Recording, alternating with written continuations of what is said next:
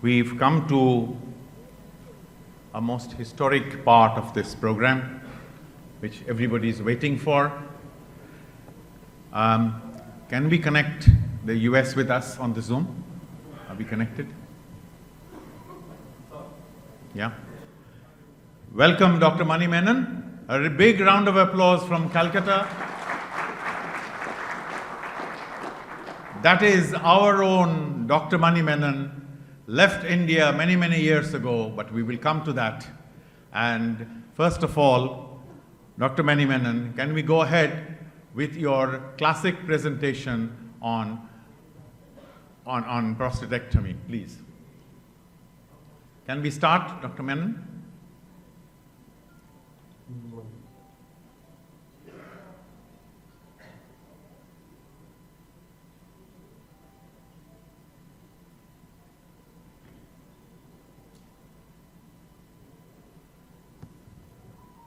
Good morning, good evening. Can you see the screen? Yes. Now, and hear yes, me? yes. Yes, we can. Okay. Well, thank you, Amit and Prokar for inviting me to be here. I apologize. It's Thanksgiving Day in the US, and this is the one day that my family will actually want me to be there with them, the one day in the entire year.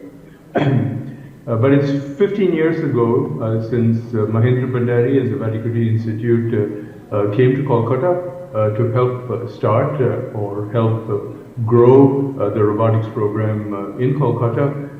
And listening to the patient stories, a number of the patients have been helped by robotic surgery. My talk is called Precision Prostatectomy for Localized Prostate Cancer.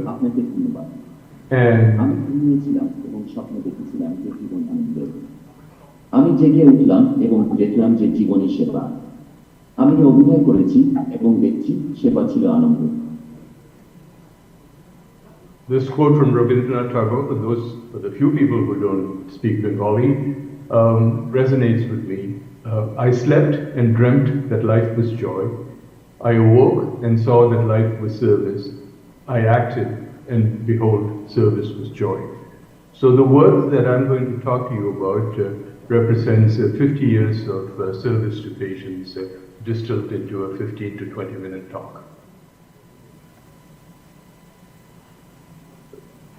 Precision prostatectomy for prostate cancer is analogous to contemporary treatments of breast cancer.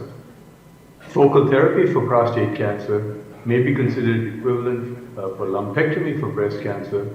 Precision prostatectomy, and I'd like to distinguish this from focal therapy, is the equivalent perhaps of nipple-sparing mastectomy.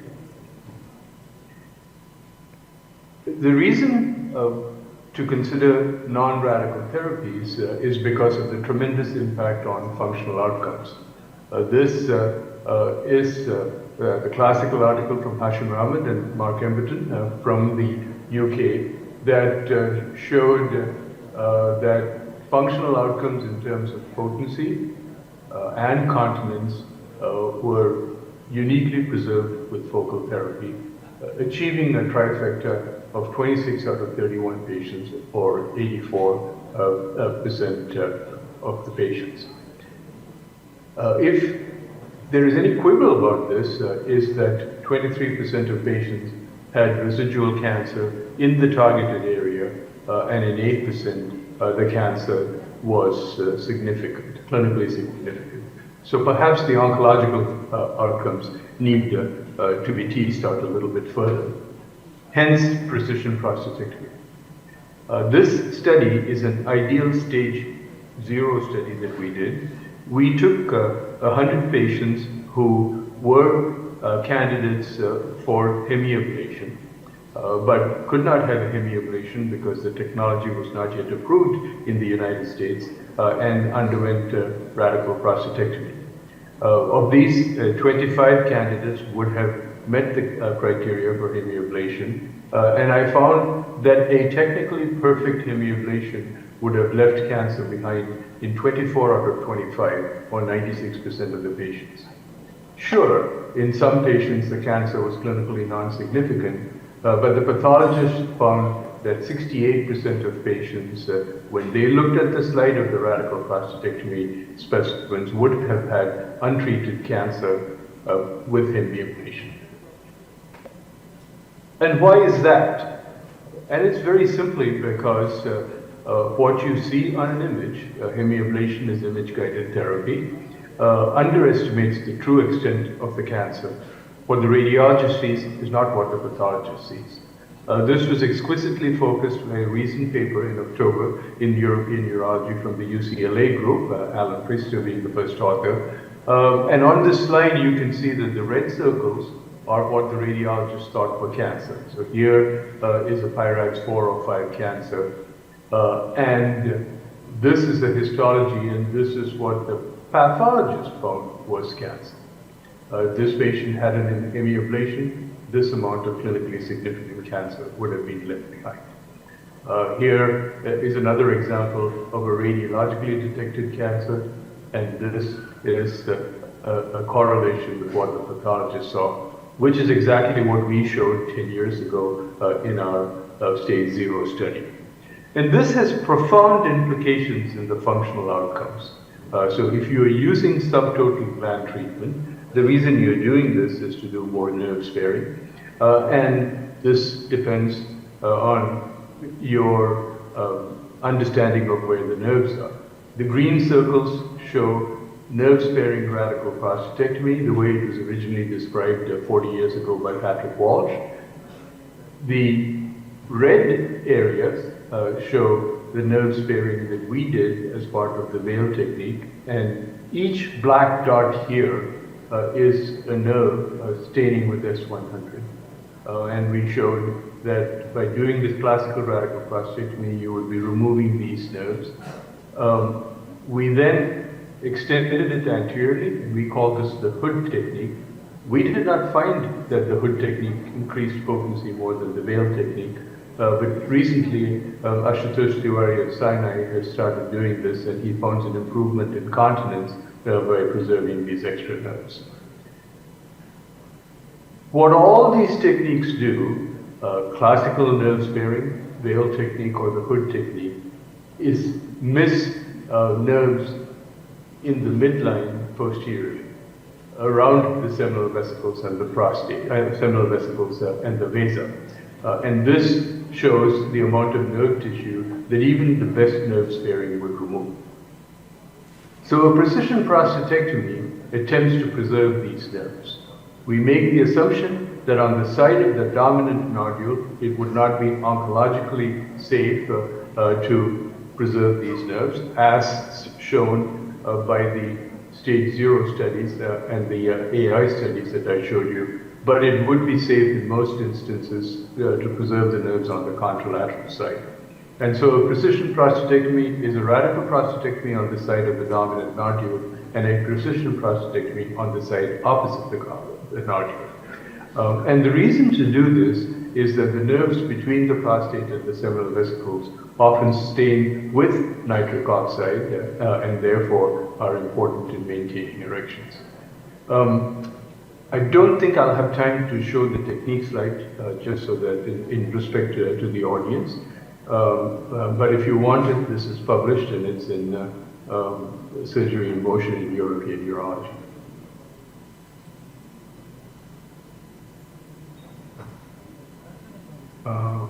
In this video, we describe another technique of precision placement.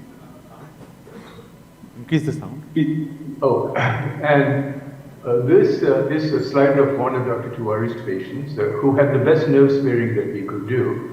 And then the pathologist simply looked at nerve staining on the prostate. And here in the midline, you can see that there are S100 staining nerves. And also there are nerves between the seminal vesicle, which is here, and the vas deferens and the prostate, which is over here.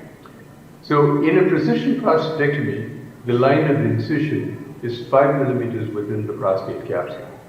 And when you make that incision there, you start in the midline and go slightly into the capsule. Here is the muscle of the prostate capsule. Here is the line of incision. This is not the line of simple prostatectomy, which will be much further inside, and you try to preserve about 5 millimeters of tissue. And here is the 5 millimeters of the capsule that you try to preserve. Now, all of this is good in theory, but does this actually work? And this is an analysis of the first patients who underwent precision prostatectomy. And all we're doing here is looking at erectile function in these men. This is the post-option at 4 months in these patients. The light tan color are the pre-option scores, and this is the potency. All these men had a SHIM score of greater than 17. And the deeper orange is the post-option score. This is the SHIM score post-operative. So even with the precision prostatectomy, there is a slight loss in potency as detected by this shaded area. This is an IRB-approved study, and we needed to have objective measurements of potency, and what we used was intracavernosal injection use at 4 months. So at 4 months, only 9% of men were using injections, and once again, I want to say these are SHIM scores at 4 months, early return of potency.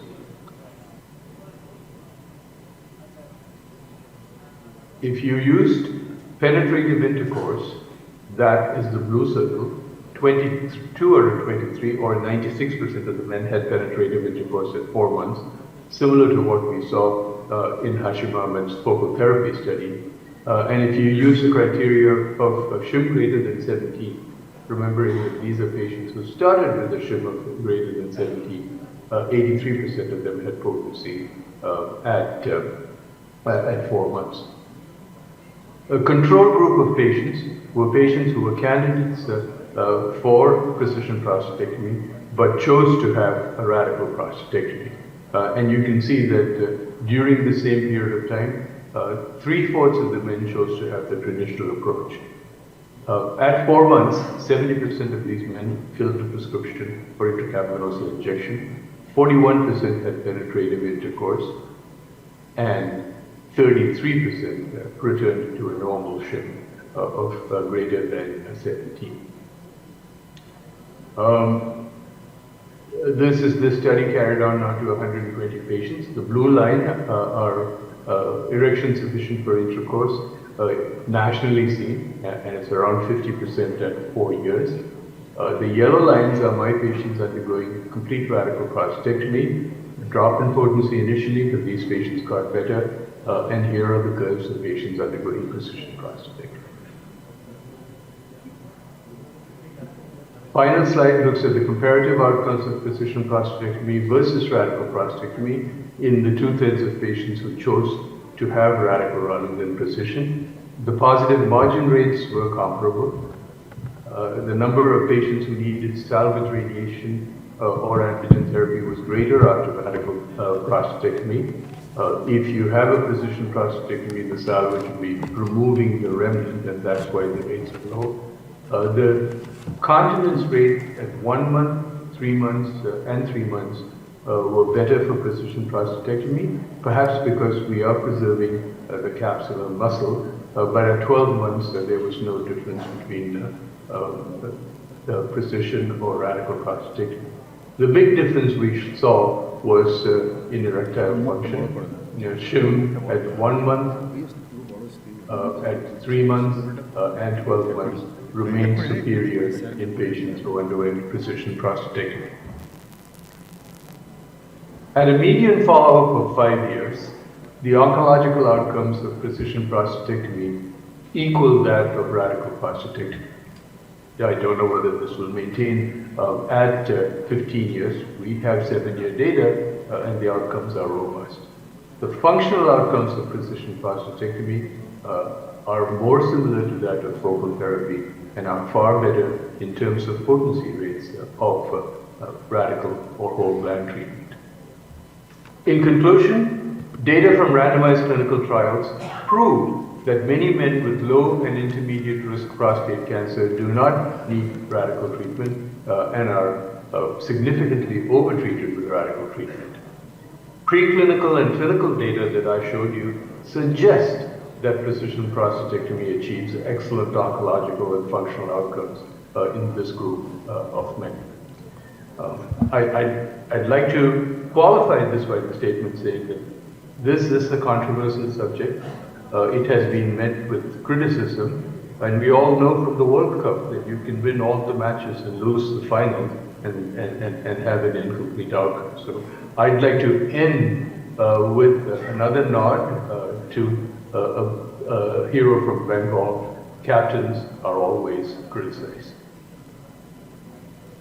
Finally, if you need to find out more about this or anything else, Ash Tiwari from Sinai extends a warm welcome to you to come to New York City between the 8th and the 10th of December, and we can have these discussions in a congenial atmosphere with samosas and tea. Thank you. Thank you, Dr. Menon. We can see you. Can you see us in Calcutta? Yes. And can you hear us clearly? Yes. I will now ask Professor Prakhar Das Gupta to interact with you at least on one subject of science, which was your wish. Any questions that, Prakhar, you would like to address, which will be interesting for Dr. Menon and us?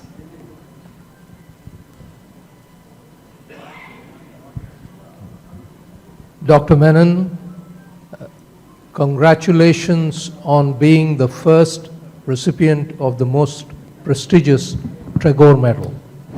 A round of applause, please, for the great Mani Menon. Thank you for taking time out of Thanksgiving and from your family. I know this is very precious and we are truly grateful. And especially your man Khurshid Guru is delighted that you are able to join us virtually. The question to you is this. You have shown repeatedly during the presentation of the St. Paul's Medal 4 years ago that the neurovascular bundles at the apex of the prostate split into anterior and posterior parts. So are you concerned that whatever you do, even with a precision prostatectomy, we would never ever be able to save those anterior nerves going to the penis? Thank you, Prakhar. Yes, I mean, and you see the slight decrease in potency. But I think the facts speak for themselves. And the potency rates we get here are close to 90%. So, yes, it would be great to get 100% of potency. We're not getting that, but the loss of potency is around 10%. And so, it's not perfect, but it's getting there. How do you think we evaluate this? Do we go into a randomized trial as an ideal stage 3 and then do a long-term follow-up with the ideal stage 4? Is that your intention? We should do a multi-institutional randomized control trial with proper safeguards that the technique is duplicated. And this is something that I think it shouldn't be top-down. It's people who are interested should sit down, get together a working group, and then come up with a trial. But absolutely, multi-institutional, multi-investigator randomized control trial is what we need to do. What do you think? I totally agree. We certainly are planning this at GUYS. We have done what you said we should do, which is look at the stained sections of the whole prostate to see what percentage of patients can have this kind of surgery. Unfortunately, as you know, our cancers are diagnosed later than the ones you have in the United States, so we have a high volume of T3 disease where we would be pushed to do this kind of surgery, but still a significant number of younger men who are being diagnosed young in their 50s and even in their late 40s could benefit from this. Congratulations again, Dr. Menon. It's been a real privilege having you with us. Dr. Menon, this is Amit Ghosh here. Thank you very much to have come online with your time. Not yet, not yet. We'll come to that later. People in this hall, most of them have not even seen you, not even myself. There are some privileged persons who have had witnessed you physically. they want to hear a lot about you, and you've agreed to answer a few awkward questions. You have an unconventional and illustrious career behind you. How did your journey begin in medical school, and why and how did you choose urology?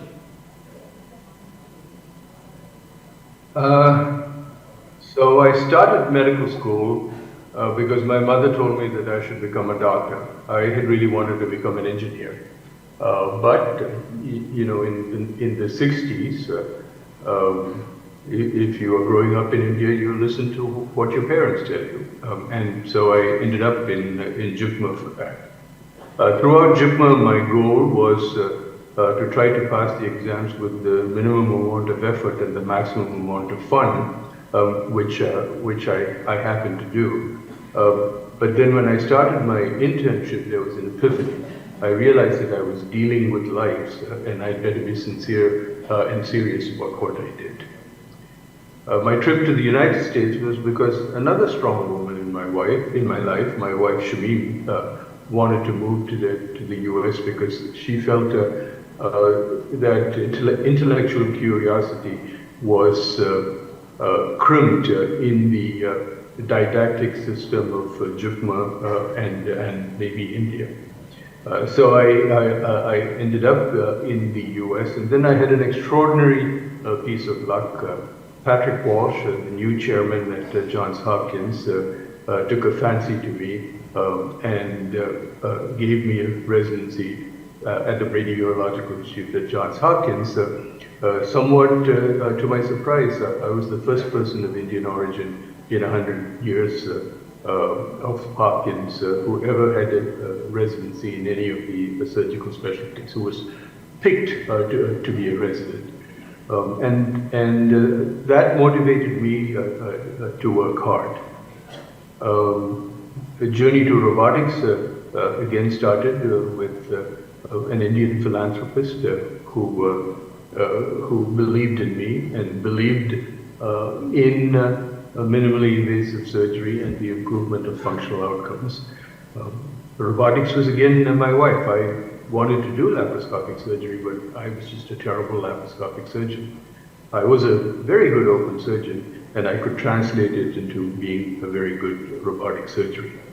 But when I started with humility, saying, I don't know if I'm doing the right thing.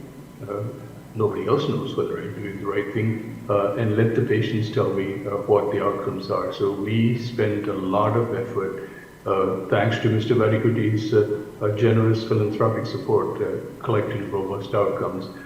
And that laid the foundation of robotic surgery.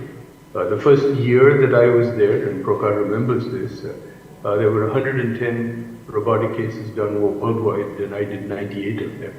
Last year, I'm told there were over 2 million cases done robotically, and I did 98 of them. Thank you. That was extremely inspirational. Now that leads to the next question. Now, let's come to training now. Robotic mentorship and training is getting more structure in the process. Do you think open surgical training is suffering? So, in other words, do you think patient safety is being compromised? Because in India, more so probably in the West, open surgery has taken a backseat, and when you are in trouble with a robotic surgery, you really need astute open surgical skills to bail the patient out. Do you think this is a real point of concern, or do you think we are imagining? So I think the vast number of patients, maybe I would say over 99% of patients, are served better by having a skilled robotic surgeon. And at the risk of sounding mealy-mouthed, some of the best robotic surgeons are in India. Their innovation and their skills far exceed any ability that I had. But a few patients could get into trouble. If the choice is between good open surgery and bad robotic surgery, yes, you should stick with good open surgery. But if you look at the denominator, how many patients are really helped by having an excellent robotic surgeon? I think the facts speak for themselves. Thank you very much. Your last question. a little personal. You were ready to come to Kolkata, but you decided otherwise because of family's Thanksgiving. This is admirable, particularly in the backdrop of the Indian culture. How do you maintain your commitment to your family? And may I ask you, who is the family in behind your success?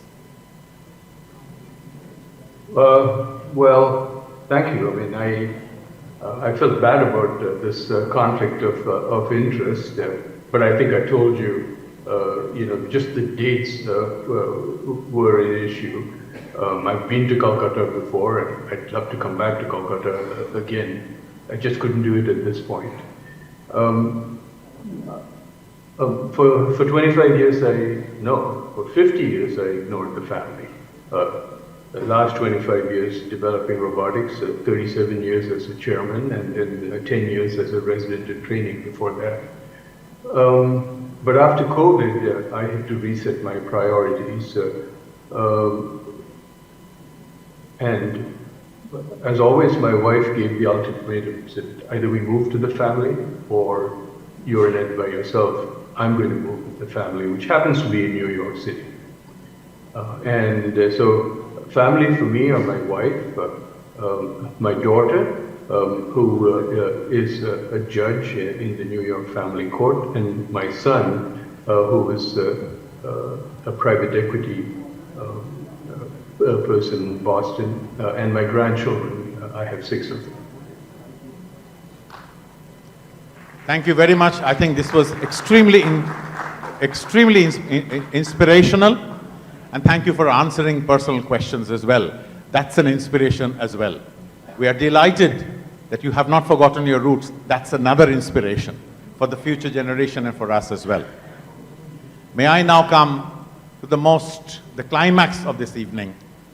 I as the chairman and the council with me, we have decided to launch the Tagore Award from the Uro-Onco section of the Urological Society of India. May I now ask the council to hand over this virtually to Dr. Mani Menon.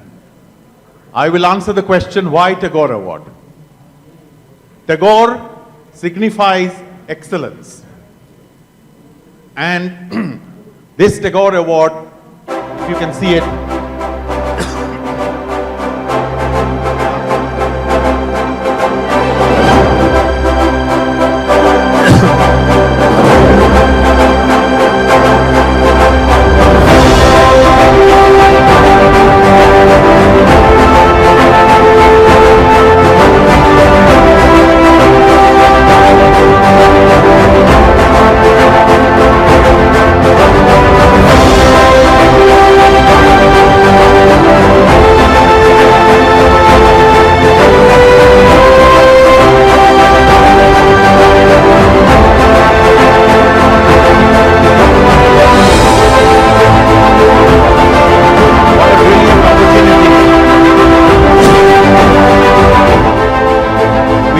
like to justify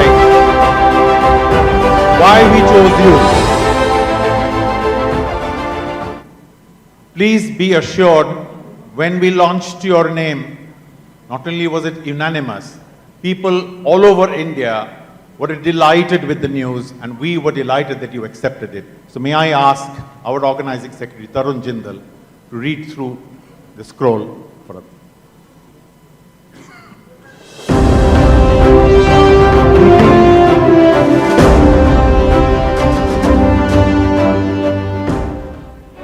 So I am very humbled for this opportunity to introduce Dr. Menon. Everybody knows him.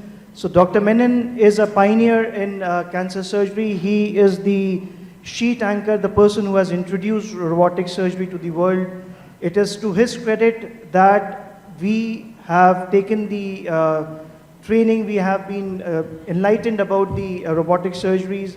We have been able to give oncological control, oncological outcomes, the entire technique of robotic prostatectomy, the entire technique of nerve spares, the entire technique of refinement of every organ in urological cancer management is to his credit, and we feel absolutely humbled and absolutely honored to, on this day of the first conference, we are able to have him virtually with us and being able to felicitate him with the first Tagore Medal. Thank you so much, sir, for accepting our invitation. Thank you so much, sir, for being the guiding light to the urological fraternity and changing the scene of uro-oncology of not just India, but the entire world. Thank you so much, sir. We will, Dr. Menon, send you both the physical award and the scroll to your home address that you have provided us. Thank you very much. We will continue. We would wish that you would stay with us for the next 10 minutes of the function that we are going to hold for the next 10 minutes. Dr. Mahesh Desai wants to speak.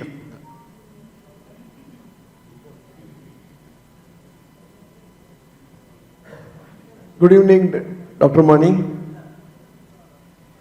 This is Mahesh Desai. I would like to inform you, for your information, Mani demonstrated the first robotic prostatectomy from Detroit to Bombay during the World Congress of Endourology. And he was the first one to show in Endourology Society and to India, any Indian showing to the World Congress. So, Mani, that was the highlight of the conference, and you made us very proud to show the whole Indian faculty. And then he from Detroit, and the technology was such that across the sea we could do the live surgery, and he demonstrated. Thank you. And again, congratulations for this prestigious Tagore Award. And then you did begin your talk with the Tagore's, the words of wisdom, and that matches your wisdom also. Thank you. Dr. Menon, this is Dr. N.P. Gupta. Just to tell the audience here, he is the one who came to All India Institute of Medical Science in 2006, and all credit for starting robotic surgery in urology in India goes to Dr. Mani Menon. Dr. Ashok Hemal was trained, he was with him, then he came back, and we had the robotic system purchased with this assurance that this has to work in India. Thank you very much, sir. I still remember those days, and we remember the 3D transmission was first time done in India from our OT to our auditorium in AIMS. Thank you very much. Congratulations for this award. Good evening, Dr. Mani Menon. This is Dr. Ajay Kumar. Well, I remember your first demonstration of 3D radical prostatectomy at Bowes, I think it was Manchester, 2002. And you came straight from USA and you demonstrated 3D. Myself and Dr. Shyam Joshi were in the audience. And the way it was demonstrated and the way you got the standing ovation, we too had really enlarged our hearts and the chest, the way you were given standing ovation. And after that meeting, because I was starting as the secretary of, honorary secretary of USI then, I requested you to come to Kochi for the conference. And you came to Cochin conference and attended, I think it was 2003. And the other incident is, both of us got BC Roy Award together. We traveled in a bus from our hotel to the Rashtrapati Bhavan to receive the BC Roy Award.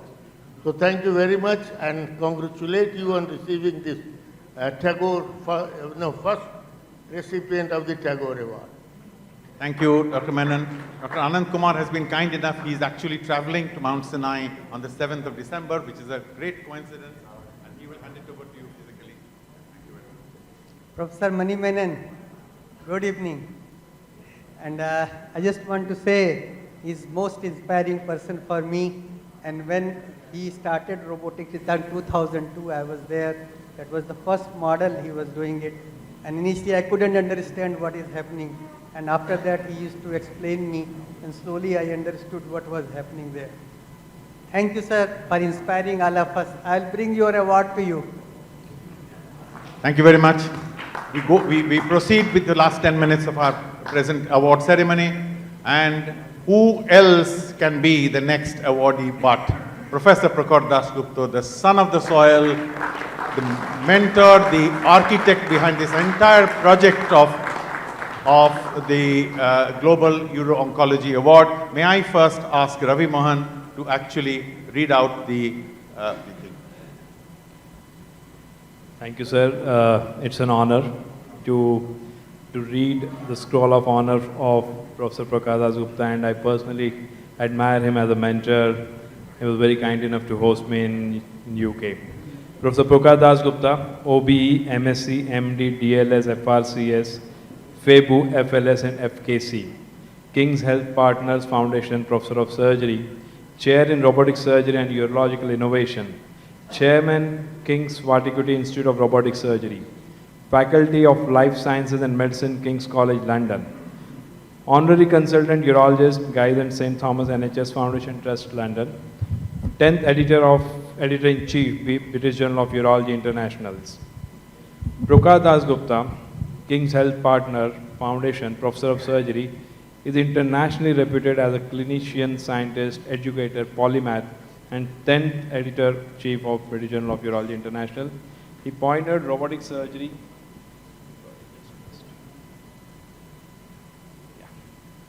Sorry for that. He pioneered robotic surgery in urology in the UK, and with the help of the Urology Foundation, trained and mentored several consultant surgeons, over 30 fellows, both nationally and internationally.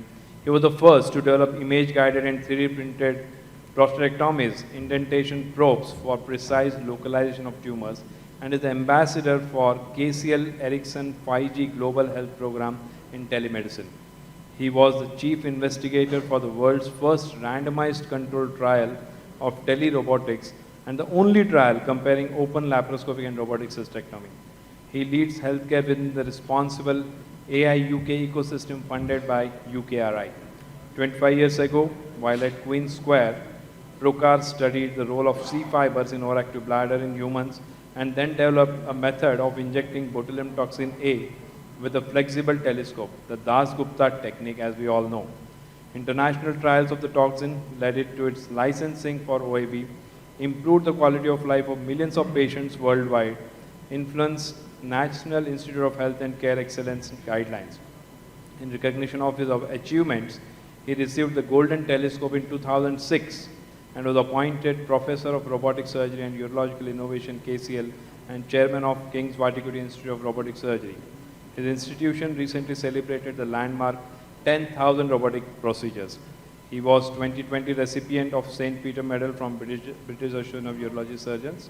He has made major contributions to the study of mucosal cell biology, focusing on receptor function in the bladder and targeted immunotherapy in prostate cancer, receiving a patent for the first man in the use of cytotopic agent.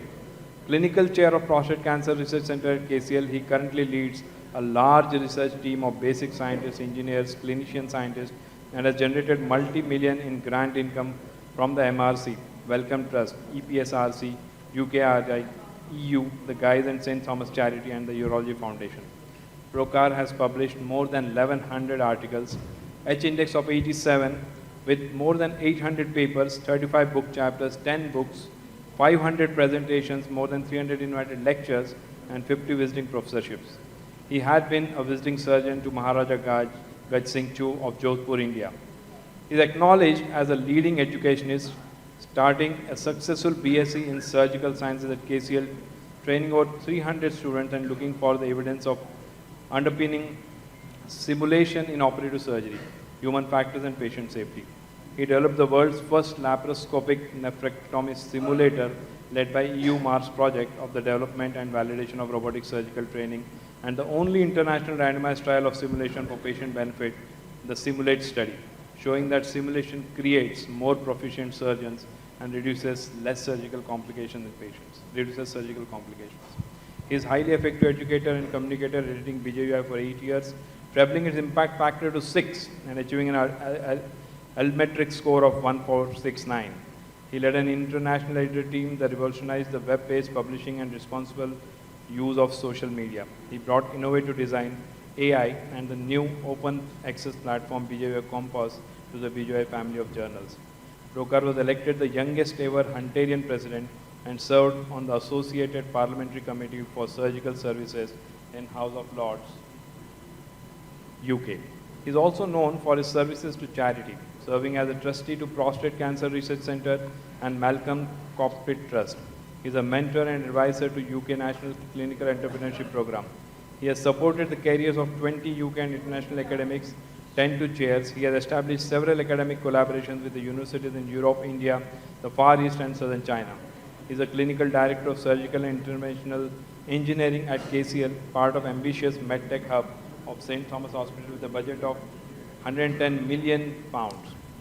He was awarded the Fellowship of King's College, the King's highest honor membership of the Academic Association of European Urologists, the American Association of Genitourinary Surgeons, and the honorary membership of Urological Society of Australia and New Zealand. Prokar has supported the EU as a founding member of European Association of Urology Robotics Section, ERUS. He served on the ERUS board for a decade and demonstrated ethical life surgery and new technologies for 20 years. His team was integral to the development and validation of the first international curriculum in robotic surgery, which has now become the standard of care for training and patient safety worldwide. He was created the King James IV Professor of Royal College of Surgeons of Edinburgh in 2021, for which he delivered the public lecture at the famous Royal Institution in 2022. He was a Padma Shri awardee from the President Kovind of India in 2022. He was awarded an OBE, that is Officer of Most Excellent Order of the British Empire, in 2023. In historical post-coronation honors, the list of King Charles III for services to surgery and science. During the COVID-19 crisis, he published Bijoy blogs from Italy, China, New Zealand and South Korea, which helped the planning of surgical services in UK and internationally. With a team of international scientists, he studied trained immunity against the viruses in healthcare workers after injection of BCG and published the results in Frontiers in Immunology, one of the top journals in the field. Though his role as a professor of surgery at KHP, Professor Das Gupta was integral to bringing the Lifelines project to All India Institute of Medical Sciences, Rishikesh, India. Sir, I am honored to present this. And all of it, he's a marathon runner, a reasonable cook and an avid tennis fan. I invite Professor Prokar Das Gupta for this award.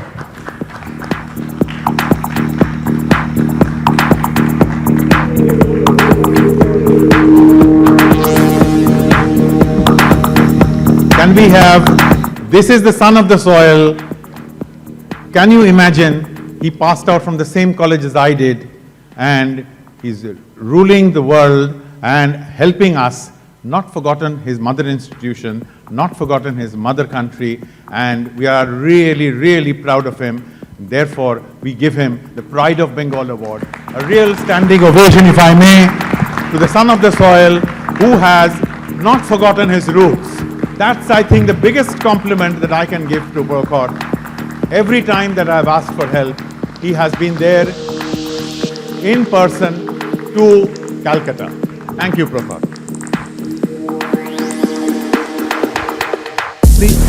Please sit. I'm extremely privileged, of course. Thank you so much. It's not about the words, is it? It's about friendships. In the last decade, I have visited India and specifically Kolkata 80 times. 80. I've taken the same Air India flight through New Delhi. They now know me on the flight. They even know what I drink and what I eat without giving me the menu. So allegedly, I was traveling all the time because I was missing the food. Now you can't even say that because London has become the food capital of the world. And indeed, there is a Bengali food restaurant called Chaurangi where Amit and his dear wife Tanima are frequent visitors whenever they are in London. So it isn't about the food. It's all about friendship. It's all about you. And it's all about giving something back to India. Thank you so much. Thank you. Thank you.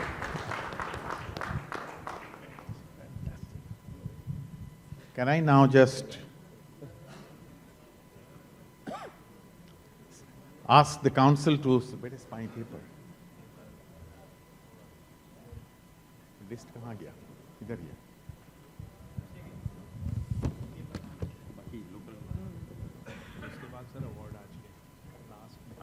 That you do. Oh, okay. We have not forgotten not only our roots. This journey of Indian urology is privileged to have living legends. We cannot, for the life of us, forget that.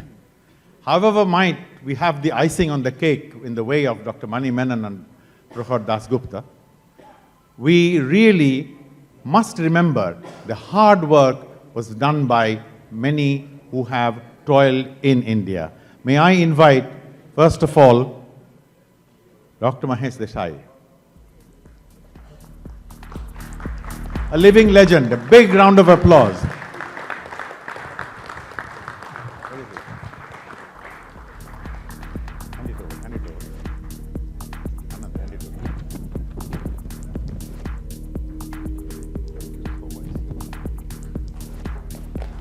Dr. Desai, popularly called Mahesh Bhai, has contributed so much to urology. I think it is better that we go to dinner rather than discuss what he's contributed. We will never have dinner. Thank you very much. We are privileged. Yes, of course.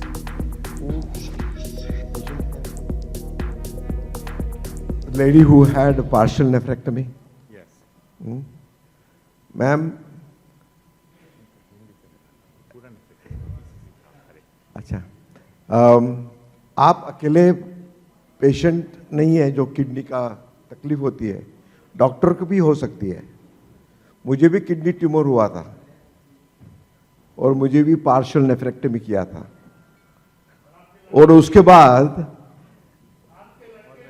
वो मेरे लड़के ने किया था और उसके बाद अभी तक हमने हमारे इंस्टीट्यूट में 390 partial nephrectomy means 48% of kidney tumour जो डायग्नोस हुए उसमें से 48% को हमने partial nephrectomy. What I would like to say that sometimes doctors are patient, but what you experience, you put into the practice. And that was a stimulus that cancer survival for doctor could be a stimulus to go. Wonderful. Thank you, Mahesh Bhai. May I now call upon the legendary Ganesh Gopal Krishna. A very big hand for Ganesh.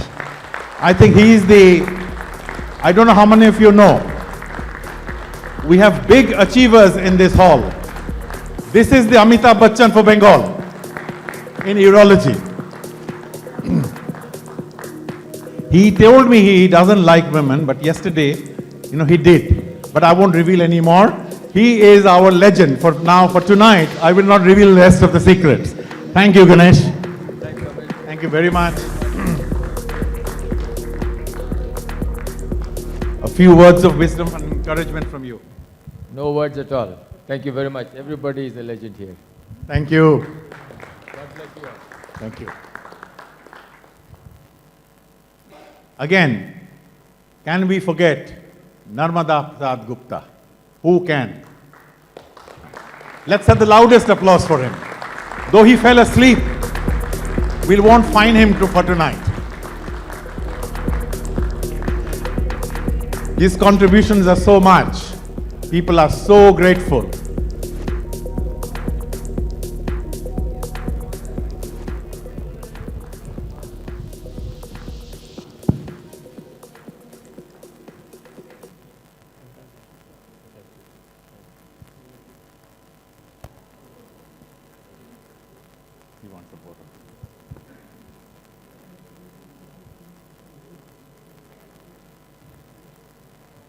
Thank you. Thank you very much.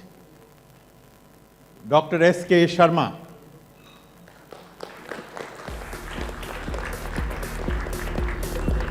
Huh? Isko band karo. No, stop that photograph. It's not.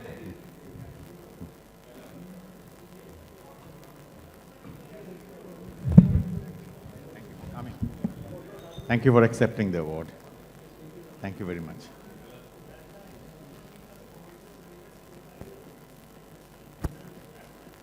Thank you.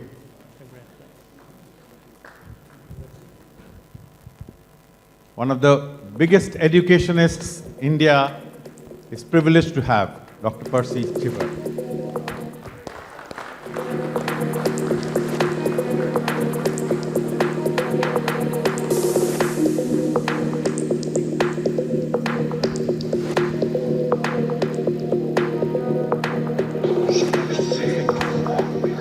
We're very obliged.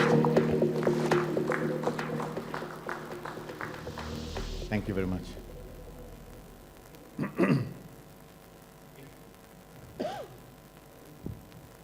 So many people are indebted to Dr. Ajay Kumar.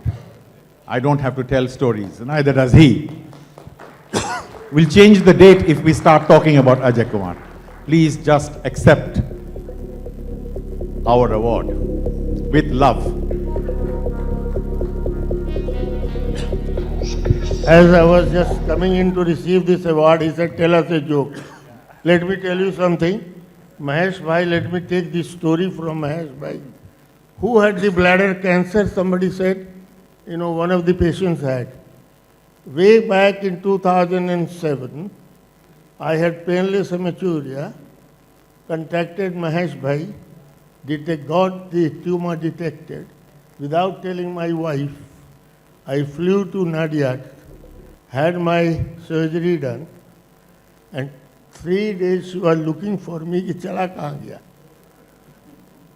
Ultimately she found out that मैं operation करा के वहाँ पड़ा हुआ हूँ, in Nadiad. And I had very successful surgery, and till the date I am here with you. Recently there was a small recurrence, so I have read all about bladder cancer. There is no problem. And I am absolutely fine. Those who are patients here, you will be surprised that these two doctors, ये जो दो doctor लोग हैं, ये भी मरीज है. इसलिए हमें खुदा मत समझिए, आदमी ही समझिए, वो ज़्यादा अच्छा है. Thank you, Ajay, very much for accepting this. We have a special person today, the leading light of Bengal, Dr. Shivaji Basu. We have a big round of applause. Shivaji Da, as he is popularly called. We are grateful, in spite of all the negatives he's had in his life, he has agreed to come to stage, and can we, from Eastern India, give a special round of applause for Dr. Shivaji Basu.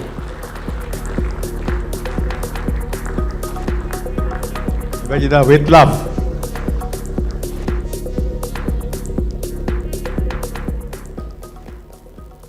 Thank you very much. And finally, we've got a little master, like Gundappa Vishwanath. Unfortunately, he's not Gundappa Vishwanath. We've got a legendary Professor Dilip Karmakar as the final awardee. Thank you, Dilip Da, for all the love, for all the education, and for all the guidance that you have given us all throughout your life.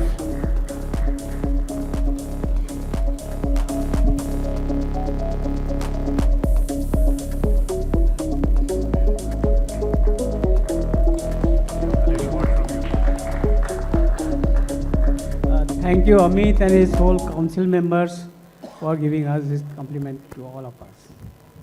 Thank you very much, Dilip Da. We need your guidance even today. I hope you don't forget.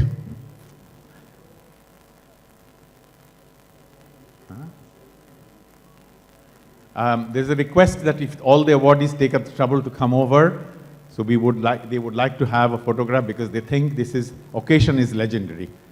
So if you please take the effort to come over. It will take only 2 minutes.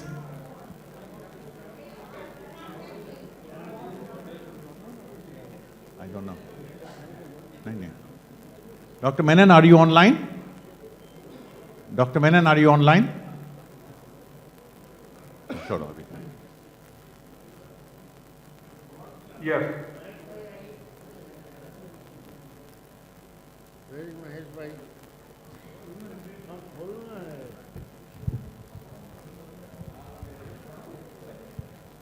Dr. Menon, the night has become legendary with you and the presence of so many luminaries.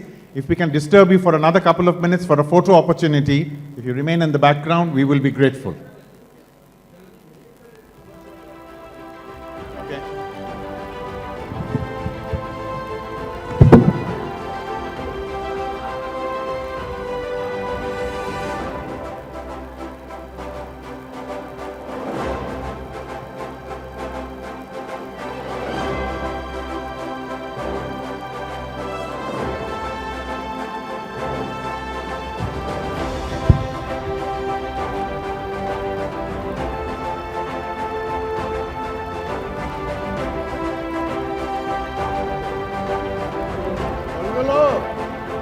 Thank you, Dr. Menon. Goodbye and good night from us. Thank you. Good night. I will now leave the honors of declaring the prizes for the residents to Dr. Ravi Mohan. Yeah, thank you, sir. This is the last announcement from us now. So we had, I first of all like to thank our judges for the e-videos and e-posters. We had 4 categories, 2 for residents and 2 for the young urologists, which were defined as less than 45 years of age. And I would like to thank Dr. Sujata Patwardhan ma'am for being the judge on a very short notice, and Dr. Raju TP sir for judging the posters. And we tallied both the marks and gave the prizes. So for video young urologist, the first prize goes to Dr. Girdhar Bora. His video was robot assisted IVCT tips and tricks. So congratulations, Dr. Bora. And for all sitting here, they can, in the kiosk near the trading area, you can actually view it. Tomorrow they're going to present the videos at between 2 to 3 p.m. in Hall B. So Dr. Bora, you can come on the stage. The first prize is actually shared between Dr. Bora and Dr. Kinju Adhikari. Her technique of novel 360-degree double layer versus single layer technique for vesicourethral anastomosis. So the first video prize was shared between Dr. Bora and Dr. Kinju Adhikari. Is she here? No. So I don't see her here. The second prize goes to Dr. Ankit Mishra on open nerve sparing retroperitoneal lymph node dissection. And the third video prize for young urologist goes to Dr. Vikas Panwar on his technique of robot-assisted video endoscopic inguinal lymph node dissection. Congratulations. Now, among the residents, the first video prize for the resident goes to Dr. Deval Parikh from Nadiad for his technique on large median lobe leading to ureteric injury terrors in RARP. Yeah, Dr. Deval, you are here. Yeah, please join us. The second prize goes to Dr. Sugam Godse. Dr. Sugam Godse is not here. His video was entitled Robot Assisted Oyster Pearl Extraction Technique in Complex Endophytic Renal Mass. And the third prize again goes to Dr. Deval Parikh for his video on NSS in large renal mass, boon or a bane. Congratulations. And then coming to posters, amongst young urologists, again we have Dr. Girdhar Bora for the first prize for his poster entitled Robot Arm Assisted 68 gallium PSMA PET CT guided biopsy versus MR guided biopsy. That's a pro-biop study which is under publication, which is under evaluation for publication.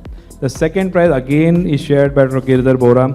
It's on upfront lutetium 177 PSMA 617 therapy with ADT as a part of upfront therapy in castrate hormone sensitive prostate cancer. The third prize among the poster section is by Dr. Harshit Garg. Dr. Harshit, are you around? No. His poster is entitled Adjuvant Immunotherapy for Patients with RCC. Now, among the residents, the poster prize, the first goes to Dr. Suman Saha. Not here. His poster was entitled Mutation of VHL Gene in Patients of RCC. The second prize goes to Dr. Deval Parikh again. I think you're here, you bagged a lot of prizes. His poster was entitled The Clinical Presentation and Outcome of Patients in C prostate. The second prize is shared by Dr. Deval and Dr. Avin Singhal. Dr. Avin Singhal? I don't see him, yeah. His poster was entitled Gemcitabine Induced Pseudocellulitis. Another interesting topic to be looked into. The third prize is by Dr. Mehul Agrawal, retrospective analysis of complications. Yeah, Dr. Mehul is here. Congratulations. And the third prize again shared by Dr. Mehul and Dr. Suman Saha on liver mass and mass squanting as adrenal as well. So all of you would have a chance to present your videos and e-posters in Hall B between 2 to 3 p.m. And it was a very tough competition. In fact, the prizes were, the marks were very close. And obviously the top 3 got a chance to present. The rest, all videos and posters, I would request that they can watch in the kiosks near the trade area. Thank you.